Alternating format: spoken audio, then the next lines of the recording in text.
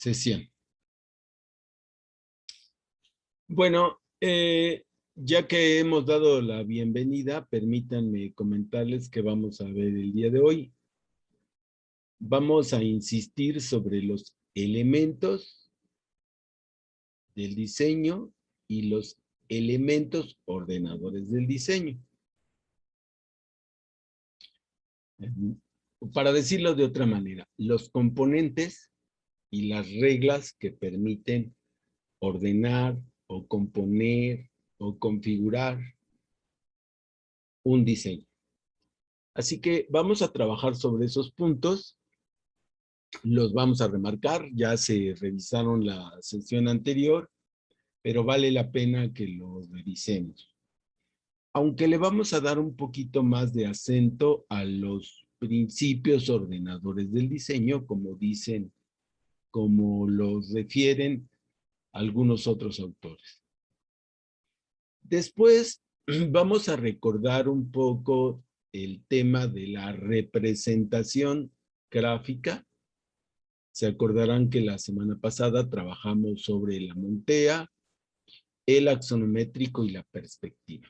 Recordaremos un poco eso y después veremos algunos ejemplos de los aspectos que hay que ir trabajando porque ya estamos entrando propiamente a la elaboración del estudio preliminar del proyecto o del trabajo que ustedes están pretendiendo realizar.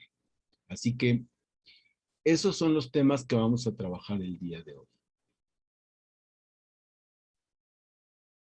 Entonces vamos a empezar con el primer tema, que es los elementos básicos del diseño, y empezaremos por mostrarles algunos ejemplos salidos de la pintura.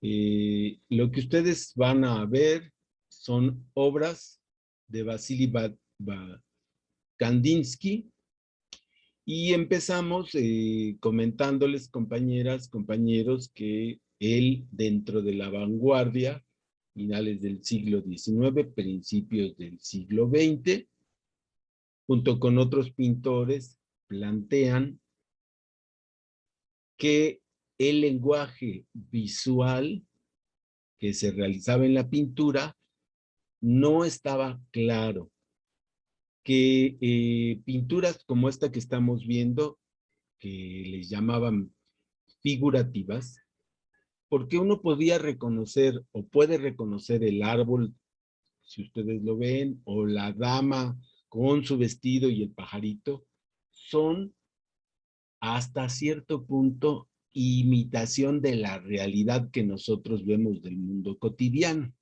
Entonces decían estos pintores, y Vasily Kandinsky dice en su libro, ¿verdad? Línea, plano, dice que ese no es propiamente el lenguaje ni permite de alguna manera aclarar cuál sería el tema, el asunto, el mensaje que se quiere desarrollar. Y como pueden ver, la siguiente imagen ya no es figurativa, son formas orgánicas. El que estamos viendo son puras formas geométricas, texturas y colores. Y esos son los elementos del lenguaje visual. Así empezó este asunto que se fue desarrollando como diseño. Vuelvo a insistir. Kandinsky habla de que hay el punto, línea, plano, forma, ¿verdad? Y ahora nosotros decimos que esos son conceptuales, que es lo que tenemos en la cabeza.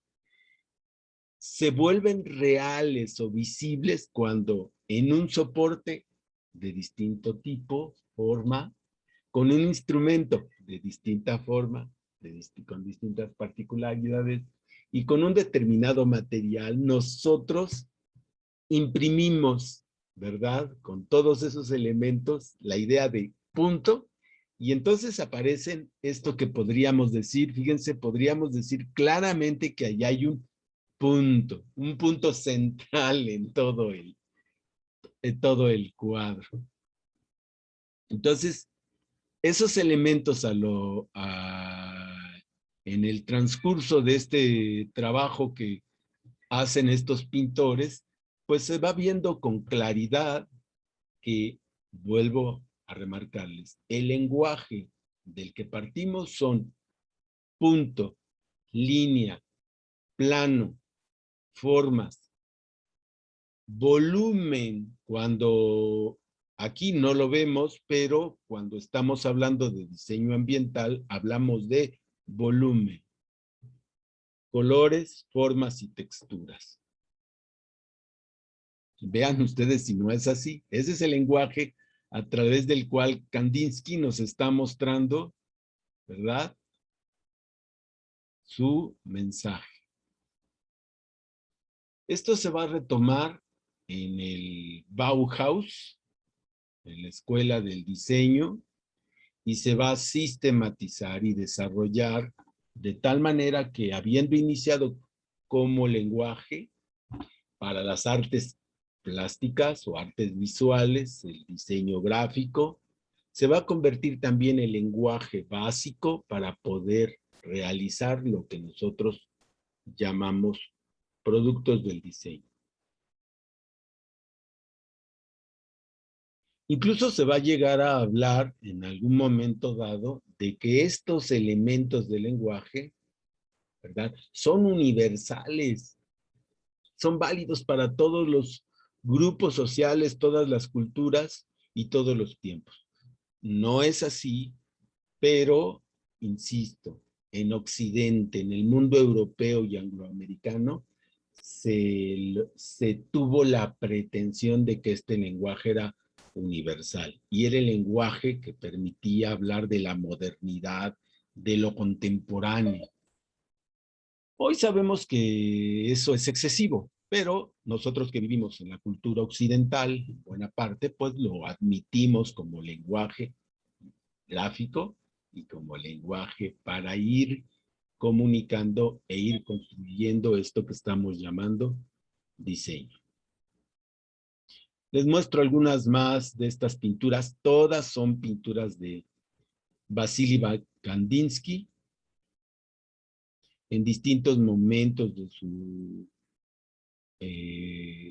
elaboración plástica. Y como ven, lo que acabamos de decir, ustedes lo corroboran perfectamente en su obra plástica.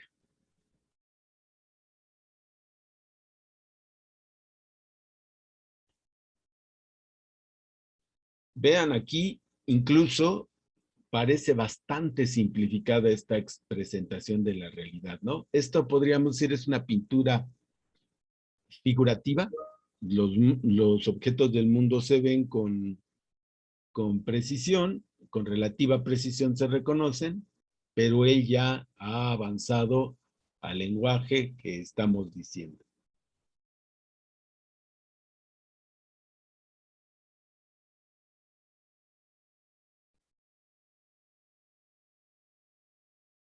Bueno, me voy a quedar aquí, y si ustedes lo ven con detenimiento, se van a dar cuenta que que es un ejemplo del arte del cartel, que es un mensaje con una imagen y con un breve rótulo, con un breve título, nos dice, ¿verdad?, un mensaje. Bueno, pues están aquí aplicados, compañeros, todos estos elementos del diseño, los elementos básicos que estamos diciendo. Punto, ya visualizado con sus dimensiones de forma, anchura, color, textura. La línea, el plano, las formas, ¿verdad? Claro, aquí las formas son tomadas de la realidad en parte y configurando, si ustedes se dan cuenta, la el contorno de lo que sería el país de Colombia, ¿verdad? Etcétera. Ahí están presentes. Voy a quedarme aquí esperando las preguntas que pudieran tener ustedes, porque en el siguiente punto voy a avanzar sobre los principios ordenadores del diseño.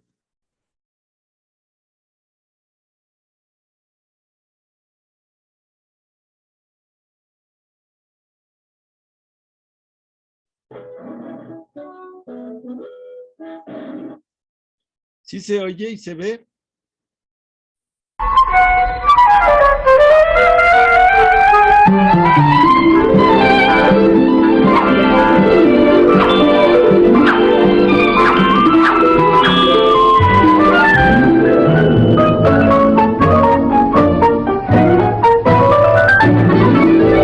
El punto y la línea.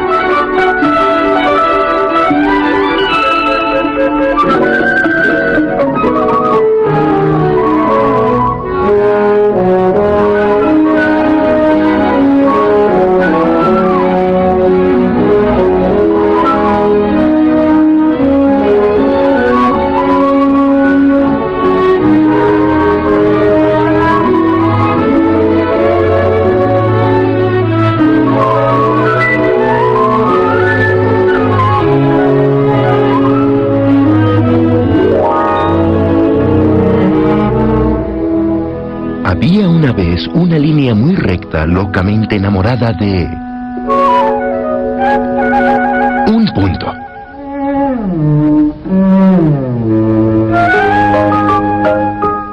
Tú eres el principio y el fin, el centro y la quinta esencia, le decía ella con ternura. Pero el punto, frívolo, no estaba interesado, porque solo tenía ojos para ver a la línea garrapateada que nunca parecía tener nada en su cabeza. En todas partes estaban juntos, cantando y bailando, y riéndose, y quién sabe qué más. Ella es tan alegre y tan libre, tan desinhibida y llena de alegría, decía él, extasiado. Y tú tan tiesa como un palo, aburrida, tradicional y reprimida, atada, subyugada, definida e inmóvil, aplastada, ahogada y empapada.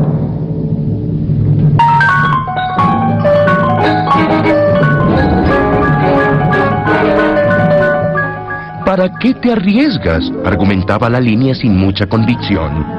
Puedes depender de mí, que soy firme, consistente, sé a dónde me dirijo y tengo dignidad.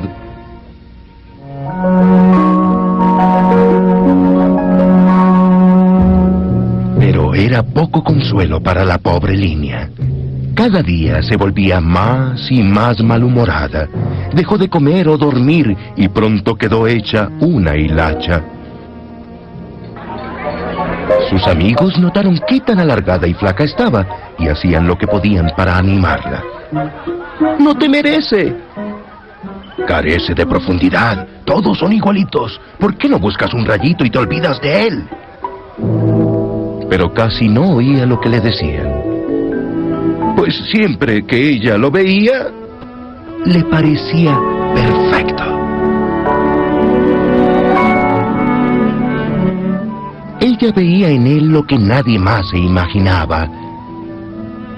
Es más guapo que cualquier línea recta jamás vista. Pero incluso aceptando sus sentimientos, creo que era alargar demasiado el punto. Así que dedicó su tiempo a pensar acerca del punto inconstante e imaginándose ella como la figura fuerte que seguramente la admiraría. La línea se arriesga cual malabarista. La línea como líder mundial.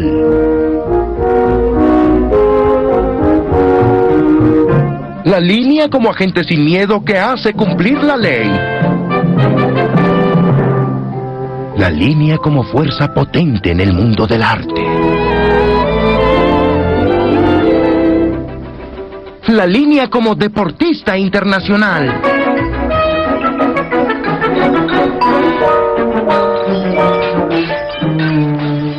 se aburrió de decirse a sí misma mentirillas y pensó que la garrapateada tenía razón. No soy espontánea. Tengo que aprender a ser libre, a expresar mis sentimientos.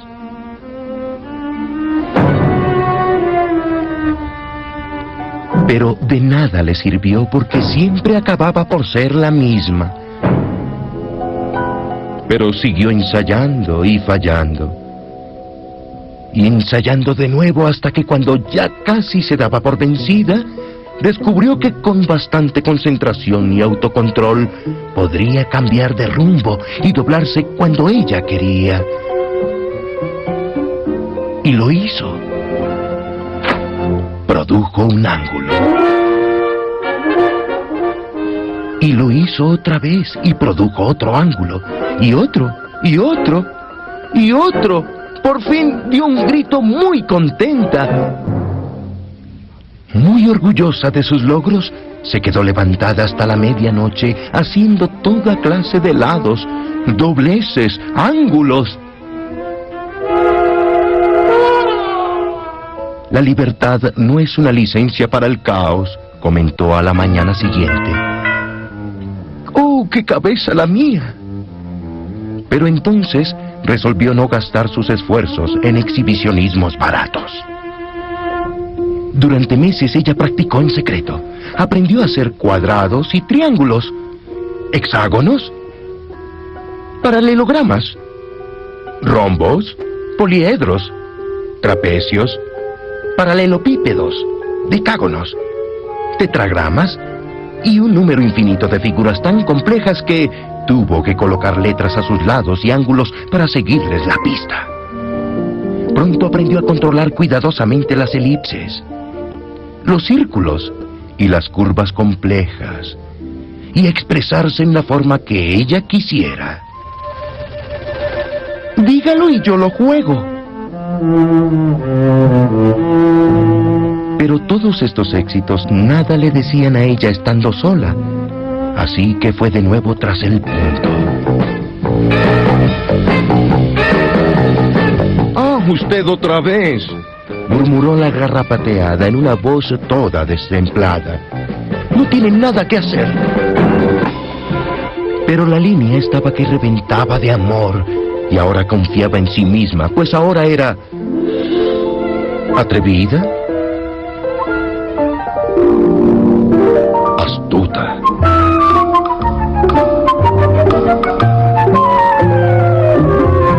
misteriosa, versátil,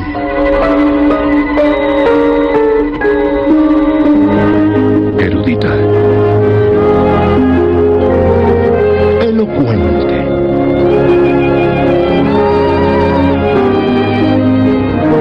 profunda, enigmática, compleja y avasalladora.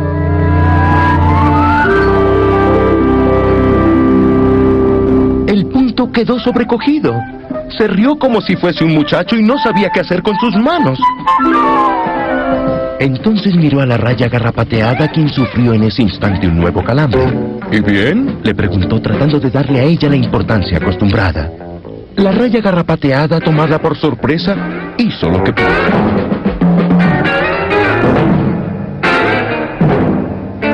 ¿Y eso es todo?, preguntó el punto. Creo que sí, contestó la garrapateada. Creo, es decir, nunca sé en qué va a parar nada. Oye, ¿no te he dicho lo que le sucedió al par de...? El punto de golpe pensó, ¿cómo no me había dado cuenta antes de lo enredada y sin gracia y lo desarreglada que era ella? Y de golpe comprendió que lo que él solía llamar libertad y alegría no era más que anarquía y pereza. Tienes tanto significado como un melón, le dijo con cierta frescura. Sin disciplina, desarreglada, incontable, insignificante, inmesurable, inadvertida, sin una forma, sin un orden, fuera de lugar y sin suerte. Con ello se volteó hacia la línea y la tomó del brazo. Haz de nuevo la figura con las curvas graciosas. Y ella lo hizo.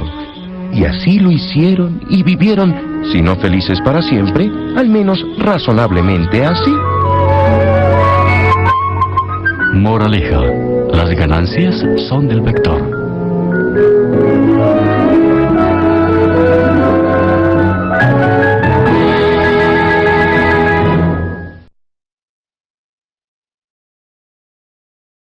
Es precisamente de que en el centro de este video es, si buscamos que sea expresivo, si buscamos que se generen nuevas cosas, habrá que tenerse un autocontrol, una autodisciplina que genere un cierto orden, una cierta vinculación entre los elementos que nos lleven a algo más complejo.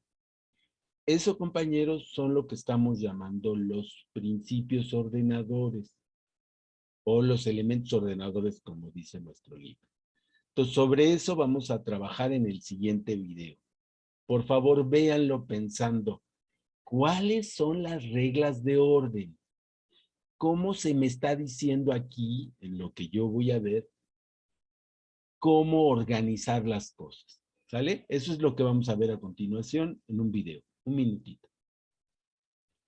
Vamos entonces a ver el video y por favor piensen qué es lo que se nos está mostrando como ordenación.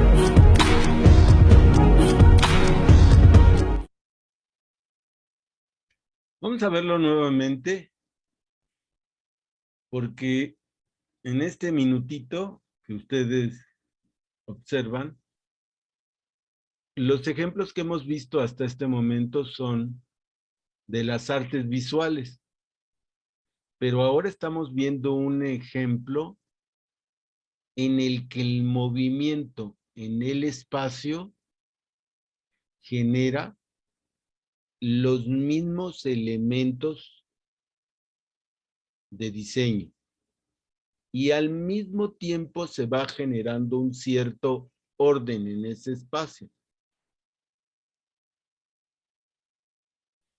Si ustedes ven, se repiten. ¿Qué es lo que se repite? La presentación de ciertos elementos. El cuerpo humano es la base de esos elementos. ¿Qué parte es el brazo? Pero vean, el brazo está descubierto y se diferencia de lo demás del cuerpo, que está cubierto con un vestido negro, con ropa negra. Entonces, los brazos hacen las veces como que de líneas. Los rostros como que de puntos, igual que los pies con tenis blancos cubiertos, como que de puntos.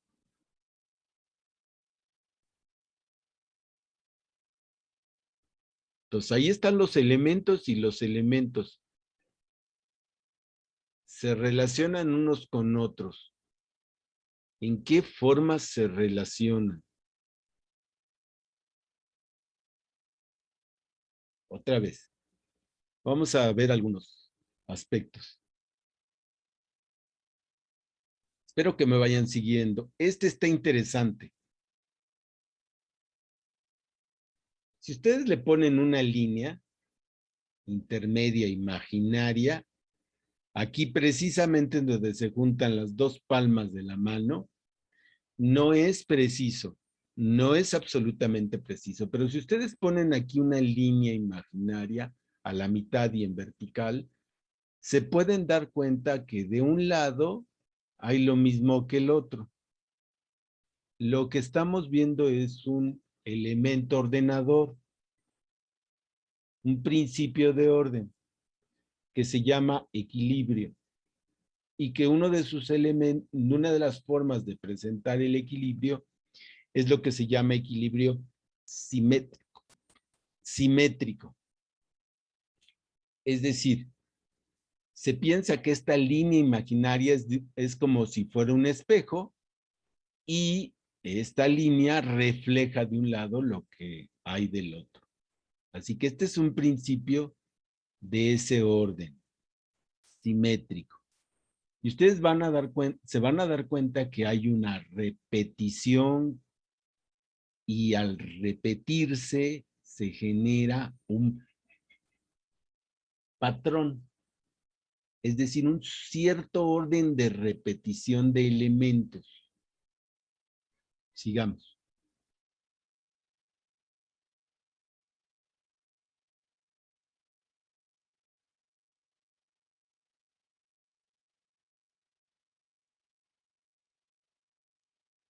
Está interesante, ¿no? Otra vez, la división imaginaria, lo que hay a la izquierda se presenta que está a la derecha. Hay equilibrio simétrico. Y después esta cabeza que semeja un punto se mueve, y eso le da una cierta variación, lo cual lo hace atractivo. Fíjense, todo este conjunto grande, en este gran conjunto resalta esto que es pequeñito y que se mueve. Ahí hay una jerarquía. O sea, distinguir de lo grande algo pequeño que se diferencia por el tamaño. Pero también se podría diferenciar por el color o por la textura, ¿verdad? Ahí hay otro elemento de orden.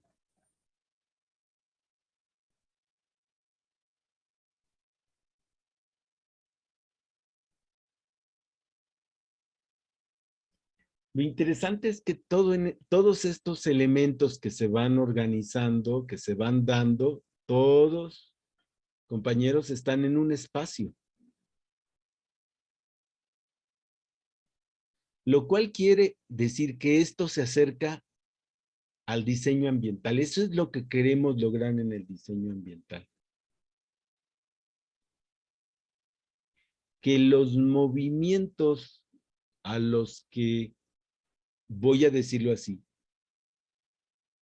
condicionamos o proponemos a la gente que está en un determinado lugar, lo lleve a captar lo que hay allí, a reconocer ciertas repeticiones, ciertos parámetros, cierto equilibrio cuando está en movimiento, y todo ese conjunto sea agradable.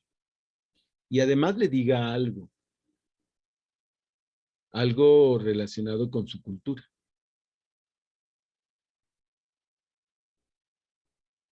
Si se dan cuenta que estamos rescatando la idea de la kinestesia. Bueno, dejo en este punto.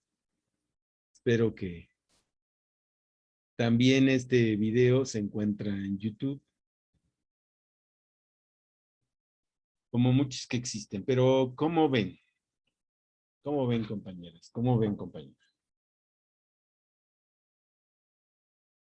Que lo rodean y que sea intuitivo para nosotros. Sí, de hecho es la premisa de la que partes.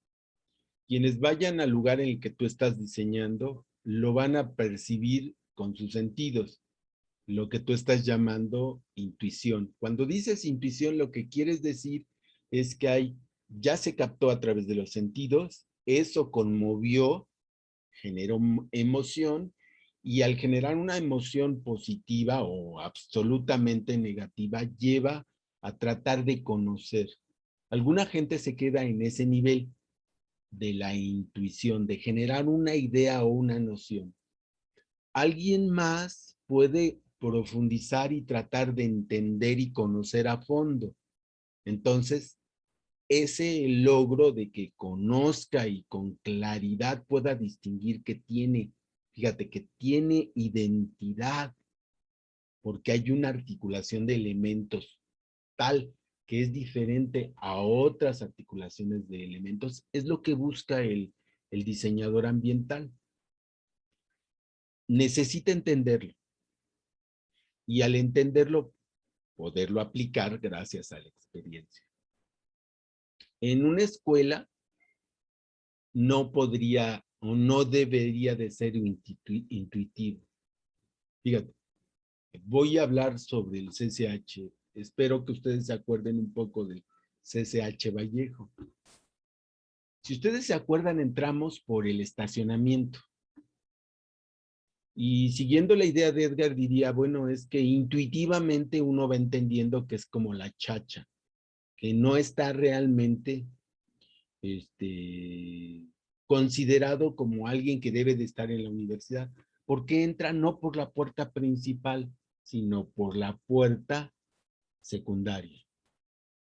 No sé si me van siguiendo. Eso es lo que va generando una organización que resultó de que la puerta principal estaba mal, luego quisieron acercar a los alumnos al metro y finalmente hicieron una puerta la más cercana, pero la puerta no tiene la importancia tal, no está organizada de tal manera que uno llegue y muestre que está entrando por la puerta principal, que uno es importante. Y entonces, como correctamente dice Edgar, le genera a uno la intuición, la idea, la sensación de que uno no está en un lugar donde a uno lo consideren importante y central en ese lugar.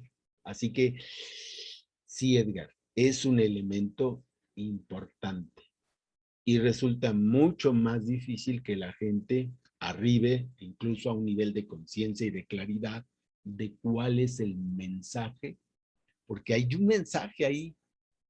El espacio te da un mensaje, que es de lo que estoy hablando. ¿Eres importante en la universidad? ¿Eres central en la universidad? ¿O solamente eres un elemento que entra ahí como visitante secundario, pero no te vas a quedar? ¿Eh? ¿Vamos bien, Edgar? ¿Nos vamos Sí, profesor. entendiendo? ¿Sí? Muchísimas gracias. Sí. No, al contrario, gracias a ti por tus comentarios. Más comentarios al respecto, compañeros.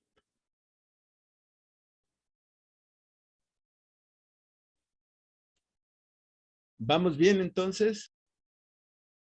Y vamos a asociar los elementos ordenadores, los elementos básicos y los ordenadores del diseño, los vamos a asociar a las representaciones gráficas que vimos la semana pasada. Vamos a repasarlas un poquito y las vamos a... ¿Se acuerdan de esta? ¿Qué es este? ¿Alguien me puede decir?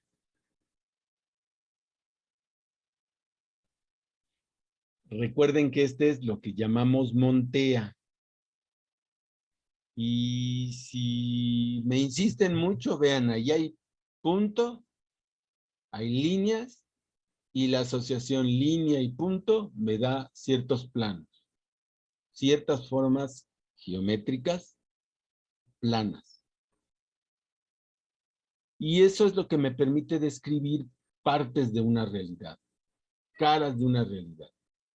Esto es lo que llamamos la montea y sus tres vistas. Vista superior, vista lateral y vista frontal. Otra montea del lado izquierdo, la montea del lado izquierdo. Y vean, incluso aquí se puede ver cómo a partir de la vista superior, con disciplina, autocontrol, se busca expresar cómo es una cara, la cara superior de un objeto, en este caso existente. Y luego cómo con orden y disciplina, ubicando cada cosa en su relación, nos genera una cara, una cara o una vista lateral. Y asimismo, a partir de esas dos se genera otra cara lateral. Pero la característica principal de la montea es que las vistas se ven planas. Las dimensiones son lo que aquí nos interesa. Esto ya lo hemos trabajado y vemos que a partir de líneas nos podemos hacer representar texturas, luces y sombras y generar la sensación de volumen. Fíjense, seguimos trabajando con los elementos del diseño y con ciertos elementos de orden. Así que pasamos a el axonométrico. Dijimos en las vistas que estamos viendo, las proyecciones axonométricas, dijimos que lo primero que resalta es que, a diferencia de las monteas, aquí se ve como si existiera un volumen. Allá no hay la pretensión de volumen, montea, plana. Aquí sí hay la pretensión de mostrar el volumen. Y dijimos que estos axonométricos tienen una característica que las define indudablemente. Y es que todas las líneas, vean ustedes, todas las líneas son paralelas. Esta paralela con esta, con esta, con esta. Todas las diagonales en este sentido son paralelas. Todas las diagonales en este otro sentido son paralelas, vean. Esta, con esta, con esta, con esta.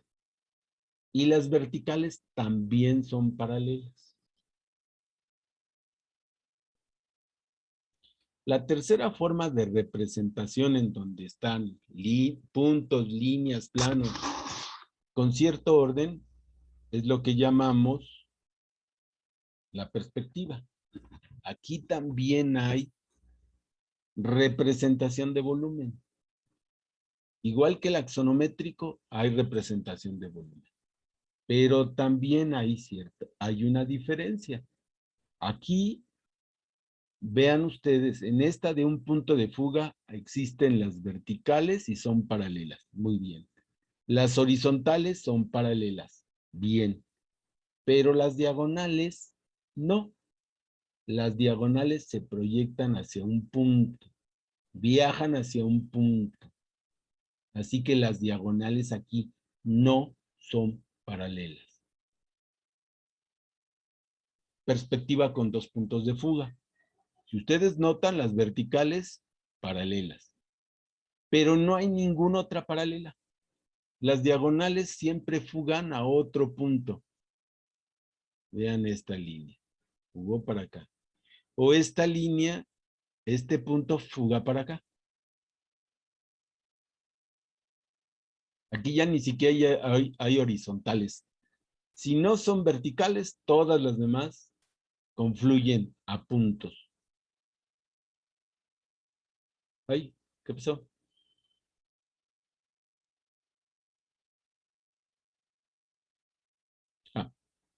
Entonces, antes. Aquí está la perspectiva con 3 puntos de fuga. Y vean, ya ni siquiera las verticales aparecen paralelas. Todas las líneas confluyen a diferentes puntos. Insistiendo y terminando esta partecita. Yo les pedí de favor y les ruego que sigan trabajando en distinguir la montea con sus vistas planas, montea con vistas planas, las proyecciones axonométricas, donde sí hay volumen, pero se presentan las líneas verticales y diagonales en forma paralela. Y la proyección, que es las proyecciones en perspectiva, que son las más cercanas a la realidad, a lo que vemos en el mundo cotidiano, que ya vimos. En algunas permanecen verticales y horizontales, pero en todas las diagonales siempre confluyen a puntos. 1, 2 o 3 puntos de fuga. Puntos concentradores. ¿Por qué estamos diciendo esto? Porque, compañeros, esta es una de las maneras en que esto de lo que estamos hablando se hace posible. Se hace posible. Y permite, a través de la representación, ¿verdad?, que estemos conformando nuevas realidades. Primero en su representación y luego en el momento en que es coherente y precisa esa ordenación de elementos y si sirven para lo que inicialmente las destinamos, bueno, pues entonces se pueda construir.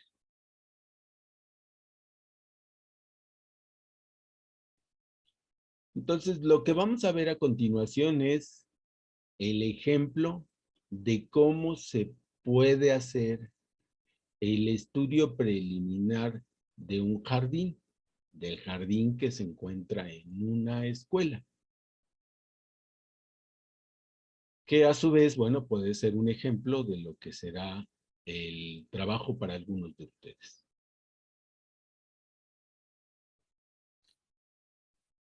Entonces, lo que vamos a ver, insisto, es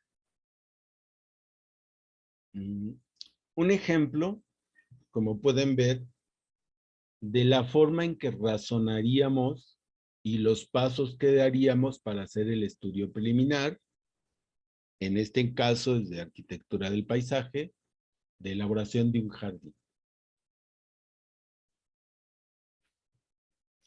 Aquí lo hemos puesto en 4 pasos, que equivaldrían a tres de las etapas del estudio preliminar. Las 2 primeras, análisis y diagnóstico, corresponderían a la primera etapa. Los bocetos corresponderían a la segunda etapa y la propuesta final correspondería a la tercera etapa de esto que es el estudio preliminar del proyecto. ¿Qué entendemos por análisis? Bueno, en el análisis lo que estamos haciendo es ver los componentes o elementos que vamos a tener que trabajar. Son en concretito mis elementos del diseño. En el clima, bueno, qué tanto sol hay, la temperatura, también como elemento, las plantas que en este caso, vean lo que está delimitado como terreno con esta línea roja, las plantas que hay en ese lugar. Las líneas azules me marcan esto que estamos poniendo como drenaje, es decir, hacia dónde escurre, hacia dónde va el agua y dónde se encharca o dónde se inunda. Y eso asociado a, pues, dónde está alto, dónde está bajo este terreno, que se muestra con estas líneas, que son líneas que representan la altura,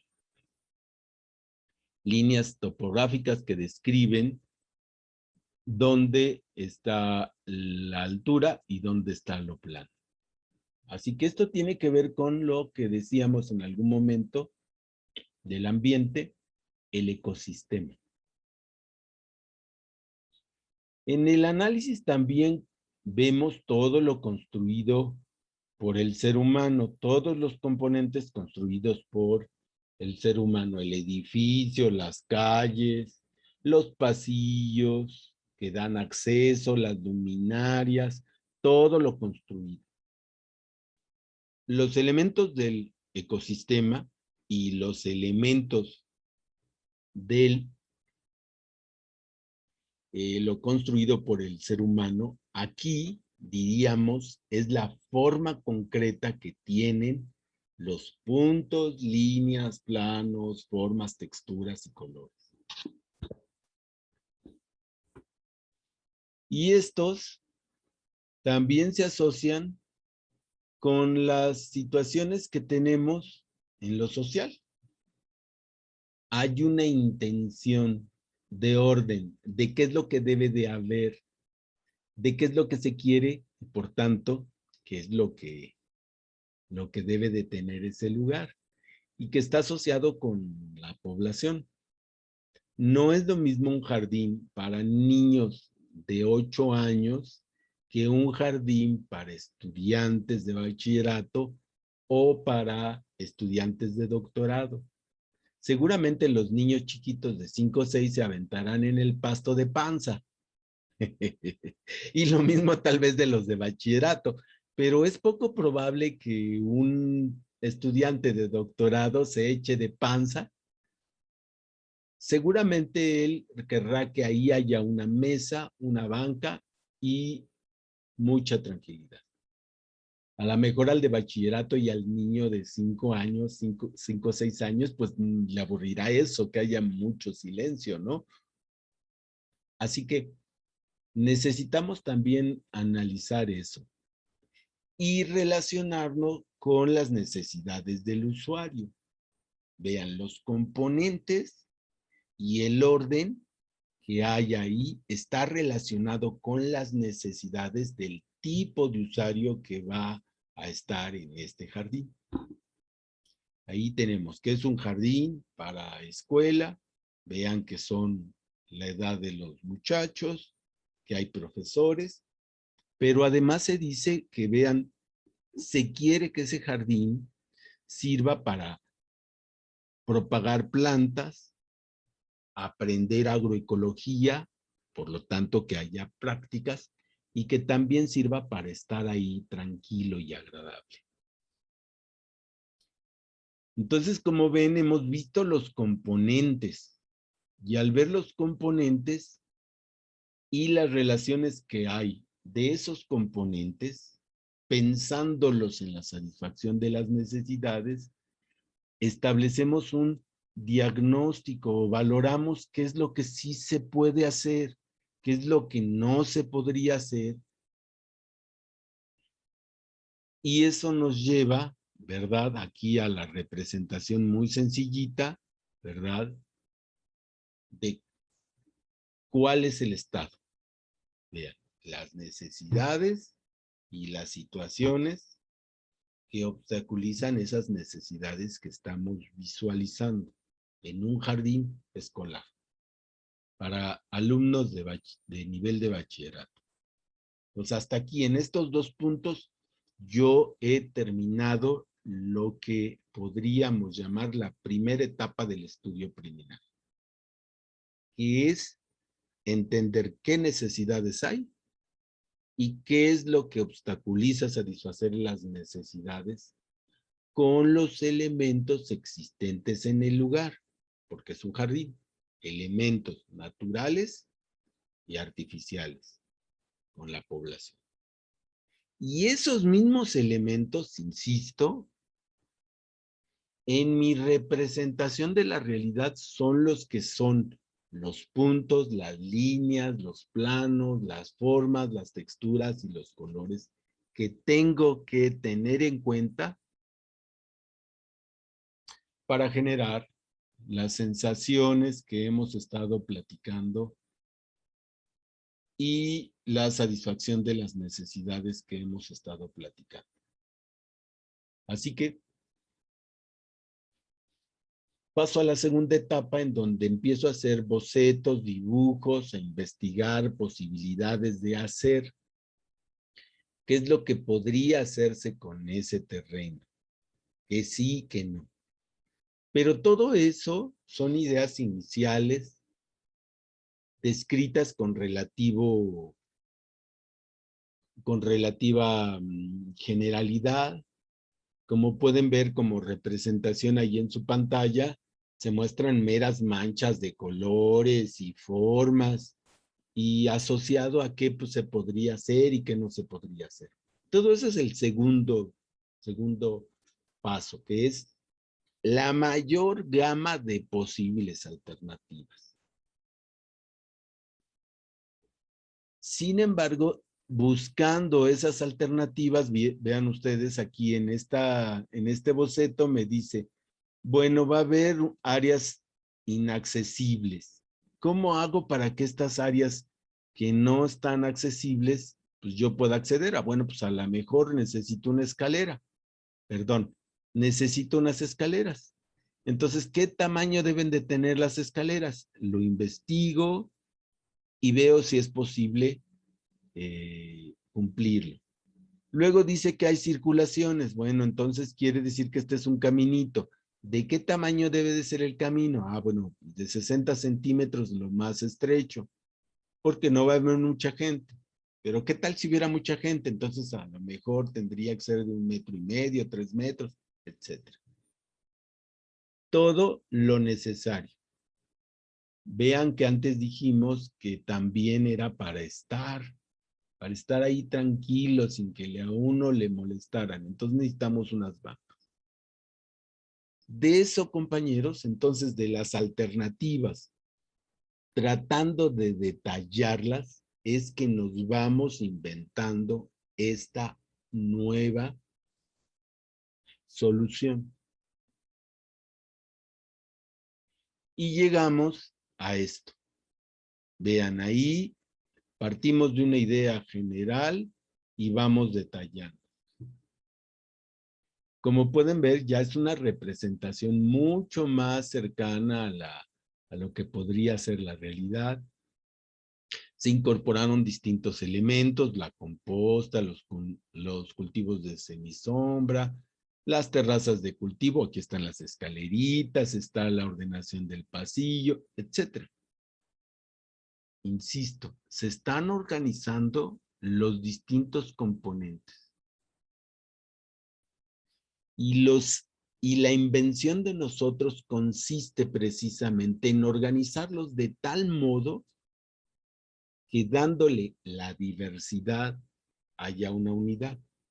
¿Dónde está la diversidad? Pues hay áreas de cultivo o de trabajo. Hay áreas donde solamente se va a estar tranquilito ahí uno. Hay áreas en donde va a estar la vegetación produciendo oxígeno. Y hay áreas como la de la composta en donde se va a reciclar, se va a darle pie a que los desechos orgánicos se vuelvan tierra fértil. Esa organización, compañeros, es la parte creativa que ustedes deben de hacer. Teniendo clara ese punto, entonces pasamos a su desarrollo todavía más detallado. Ahora, pasamos de una representación gráfica relativamente general a una representación gráfica que son los planos. Es la misma vista, vean, esta es la vista horizontal superior de la que hemos estado hablando. Aquí también hay una vista horizontal superior, pero decimos que es boceto de propuesta porque, aunque se ve bien con los colorcitos, solamente es algo muy general. Aquí me dice el tamaño y dónde debe de estar cada cosa ubicada. Incluso los muebles, incluso la asociación de los distintos elementos de todo el terreno, no nada más del jardín, de todo el terreno. Así que este plano es un plano todavía general, pero mucho más detallado como representación respecto al boceto. Y todavía se puede ir con más detalle. Nosotros probablemente no hagamos esto así de manera sistemática, pero en algún momento, porque toda persona que quiere hacer algún cambio, quiere hacer algo, digamos que se inspira. Entonces los proyectos análogos como un jardín requieren, y eso es algo que yo les voy a pedir, que ustedes hagan un dibujo, una copia de una fotografía de un huerto, de un jardín, de un alebrije, en el que lo estén copiando tal cual, pero sea una especie de inspiración, de decir, algo así quiero. Ese es el proyecto análogo. Ya a nivel de licenciatura, lo que hacemos en los proyectos análogos es que estudiamos cuál es la relación entre lo que se pretendió hacer y cómo se resolvió, los errores y los aciertos, y detectados los errores, seguimos muy de cerca el proyecto análogo y resolvemos los problemas que no lograron resolver correctamente y los incorporamos como soluciones a nuestra propuesta. Voy a decirlo así. Es como ver cómo se hizo mal algo para aprender de la experiencia y corregir el error.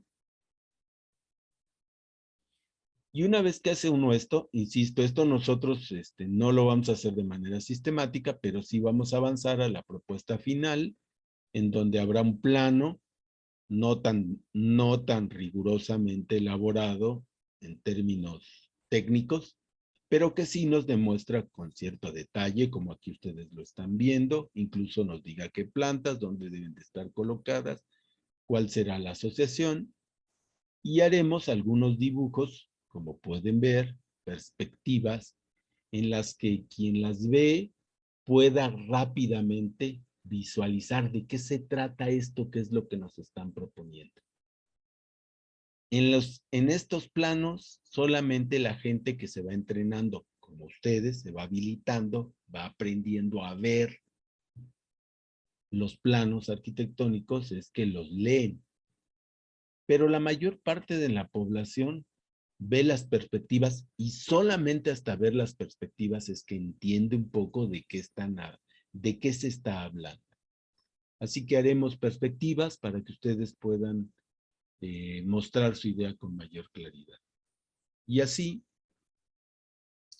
tendremos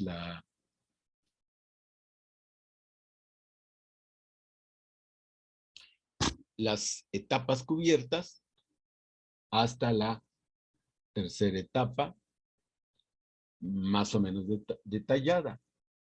En la cuarta etapa, que le vamos a llamar estudio de impacto ambiental, tiene el nombre, pero no cubre todos los requisitos. Solamente nosotros, porque estamos en el bachillerato, vamos a ver tres cosas. Primero, cumple el uso, las necesidades que nos propusimos. Si las cumple, bien. Dos, que tenga un costo adecuado.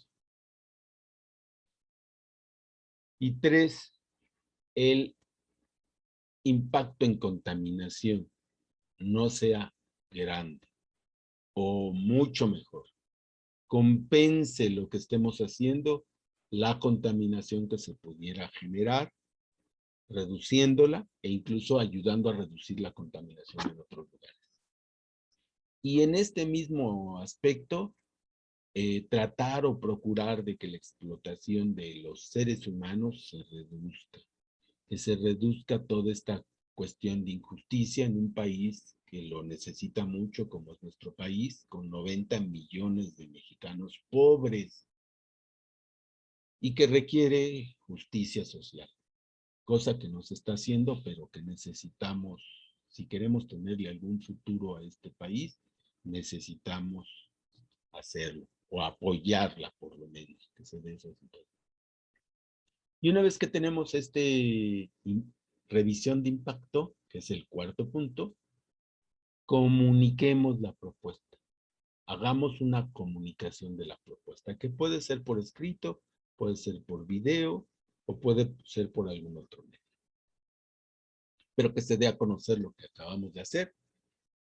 Diría yo, si estoy realmente queriéndolo hacer, pues que alguien me apoye económicamente, me apoye con su energía, me apoye con persona, con materiales para poderlo realizar. Ese sería el estudio preliminar de nuestro proyecto, en particular de un jardín, como pueden ver en nuestro ejemplo de un jardín escolar. Hasta aquí, compañeros, dudas y comentarios.